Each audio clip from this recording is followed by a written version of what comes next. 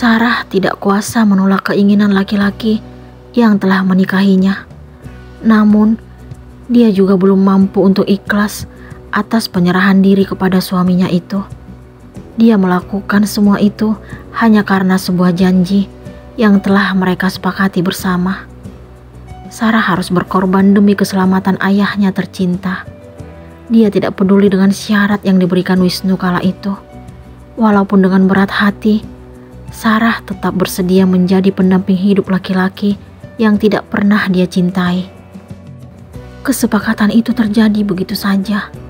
Sarah dihadapkan pada situasi yang sangat berat. Dia tidak menemukan jalan keluar untuk mendapatkan biaya operasi ayahnya. Dia berusaha meminta bantuan kepada kerabat, tetapi tidak mendapatkan hasil. Janji yang telah Sarah sepakati bersama Wisnu akhirnya kini telah membawanya ke dalam kehidupan yang sebenarnya tidak dia harapkan. Sesuatu yang paling berharga dalam dirinya telah dia serahkan kepada laki-laki itu. Kamu gak perlu nangis. Saya mendapatkannya juga gak gratis. Wisnu dengan tega melontarkan kalimat itu kepada Sarah. Hati Sarah makin sakit mendengar apa yang keluar dari mulut Wisnu. Dia kembali mengingat awal pertemuan mereka beberapa bulan yang lalu saat dirinya melaksanakan praktik kerja lapangan di perusahaan pria tersebut.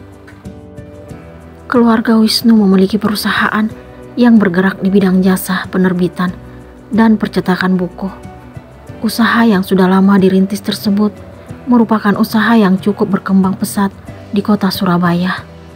Sarah mendapatkan kesempatan untuk melaksanakan praktik kerja di perusahaan tersebut. Saya Sarah, Pak. Salah satu siswi yang magang di perusahaan ini. Sarah memperkenalkan diri di ruangan Wisnu saat itu. Kamu jurusan apa? Tanya Wisnu dengan tatapan tajam dan suara tegas. Akuntansi, Pak. Kamu bisa kerja nggak? Saya akan berusaha melakukan apa yang Bapak minta. Oke, kamu bantu karyawati bagian keuangan dalam menyiapkan pembukuan. Baik, Pak. Perkenalan Sarah dan Wisnu terjadi begitu saja. Sarah akhirnya mengetahui seperti apa sikap pemimpin perusahaan itu. Dia banyak mendapatkan informasi tentang Wisnu dari karyawati yang menjabat sebagai pengelola keuangan dan pembukuan. Karyawati tersebut bernama Lani. Dia menceritakan sikap dingin Wisnu yang tidak pernah dekat dengan wanita. Lani bahkan pernah mendengar pengakuan Wisnu di depan ayahnya. Pria itu tidak memiliki keinginan untuk mengarungi hidup berumah tangga. Bagi Lani, Wisnu adalah sosok pemimpin yang sangat kasar. Sarah juga membenarkan hal tersebut. Wisnu dengan tega pernah menghardik Sarah karena kesalahpahaman yang terjadi dalam laporan keuangan yang dianggap keliru. Sarah dengan sabar memberikan penjelasan kepada Wisnu. Laki-laki itu pun terdiam setelah mengetahui kalau dirinya yang tidak teliti dalam mengoreksi laporan yang Sarah kerjakan. Sejak kejadian itu, Wisnu lebih percaya kepada wanita yang saat ini berstatus sebagai istrinya daripada karyawati di kantornya. Kenapa kamu diam? Lamunan Sarah buyar seketika setelah kembali mendengar suara Wisnu. Apa pantas kamu menangisi apa yang terjadi di antara kita? Kamu lupa dengan uang yang saya berikan untuk menyelamatkan ayahmu. Wisnu menarik tubuh Sarah hingga menghadap ke arahnya. Saya minta maaf, Mas. Saya janji akan belajar ikhlas dengan apa yang telah saya berikan pada Mas. Sarah menangkupkan kedua telapak tangannya di depan Wisnu. Ikhlas nggak ikhlas, saya nggak peduli. Kamu harus tetap fokus dengan janjimu, melahirkan anak untuk saya. Setelah mengucapkan kalimat itu, Wisnu menggeser posisi sedikit menjauh dari Sarah, lalu membelakanginya. Sarah juga melakukan hal yang sama. Wanita pemilik rambut panjang itu kembali menumpahkan air mata yang tidak mampu untuk dibendung. Dia berjanji pada dirinya akan berusaha ikhlas menghadapi kenyataan yang telah terjadi.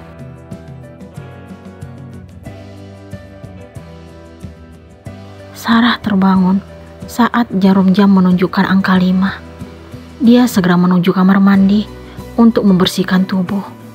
Dia kembali mengingat apa yang telah terjadi tadi malam. Hatinya tetap sakit, walaupun sudah mencoba untuk ikhlas. Air mata Sarah kembali jatuh membasahi pipi, tetapi ditutupi air yang keluar dari shower. Dia menangis sejadi-jadinya dan berharap tidak diketahui Wisnu yang masih terlelap. Dia mengingat wajah sang ibu yang telah memberikan nasihat dan pengertian sebelum acara pernikahannya dengan Wisnu berlangsung.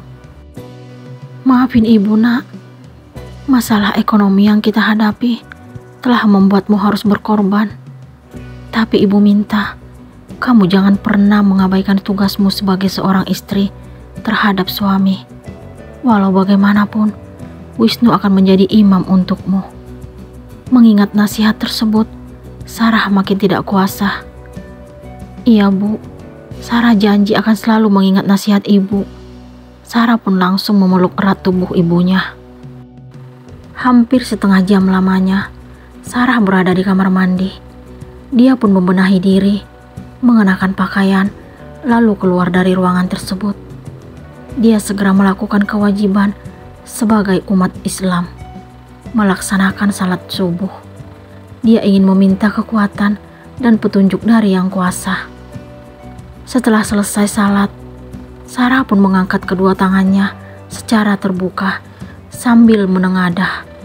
Dia ingin melangitkan doa kepada Sang Pencipta. Tanpa diminta, air matanya kembali jatuh membasahi pipi. Ya Allah yang Maha Kuasa, ampuni hamba yang belum mampu menerima apa yang telah Engkau berikan.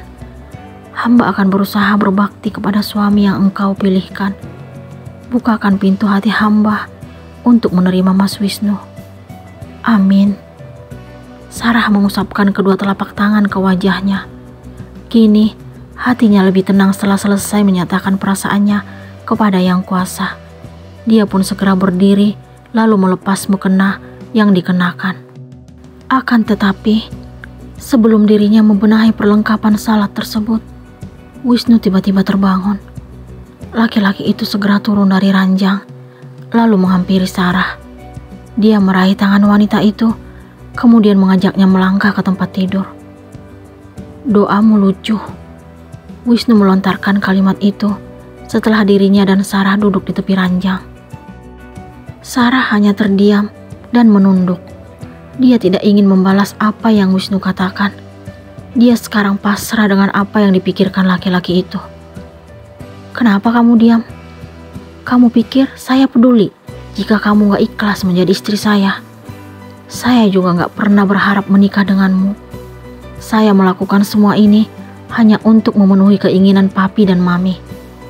Kamu harus melahirkan penerus untuk keluarga ini. Wisnu meraih dagu Sarah, lalu mengangkat wajahnya. Apa yang terjadi tadi malam, kini terulang kembali. Hal itu tidak dapat terelakkan. Sarah hanya bisa pasrah dengan apa yang telah Wisnu lakukan pagi ini terhadap dirinya. Setelah itu, laki-laki itu pun melangkah memasuki kamar mandi. Sementara Sarah kini duduk sambil mengusap air matanya yang telah jatuh. Cepetan sana mandi, saya tunggu di meja makan. Sarah terkejut mendengar suara Wisnu setelah keluar dari kamar mandi. Sarah tidak memberikan jawaban. Dia segera turun dari tempat tidur, lalu kembali membersihkan tubuh. Kali ini, dia merasa kalau Wisnu bukan hanya kasar, tetapi juga kejam. Dia sedih karena laki-laki itu memaksakan kehendaknya. Istrimu mana, Wis?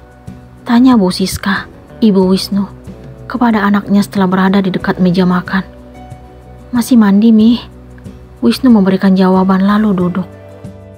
Dasar pemalas, baru jadi menantu, udah memberikan kesan gak baik di depan keluarga suaminya. Jessie, adik satu-satunya Wisnu, langsung melontarkan pernyataan itu. Papi dan Mami gak pernah ngajarin kamu bicara seperti itu.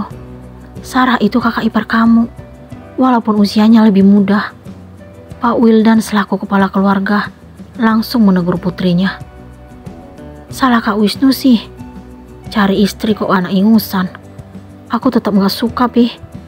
Jessie justru menyalahkan Wisnu. Jangan pernah berbicara tidak sopan tentang Sarah. Dia kakak iparmu, dan dia yang akan memberikan penerus untuk keluarga ini. Lagipun, dia juga pilihan kakakmu. Bu Siska tidak terima dengan apa yang Jessie katakan tentang Sarah. Udah dong, ngapain bahas Sarah terus? Sekarang waktunya sarapan. Wisnu merasa kesal karena ayah dan ibunya menunjukkan rasa suka terhadap Sarah. Sementara Jessie menunjukkan senyum kemenangan. Dia yakin kalau sang kakak tidak mencintai Sarah karena yang dia tahu hanya Sandra wanita yang laki-laki itu cintai. Pak Wildan dan Bu Siska beserta kedua anak mereka kini menikmati sarapan bersama. Sementara Sarah saat ini kembali menangisi apa yang baru terjadi terhadap dirinya. Sebelumnya, dia telah berusaha agar tidak menangis lagi. Tetapi air mata itu tetap jatuh tanpa diminta. Bagaimana nasib Sarah ke depannya?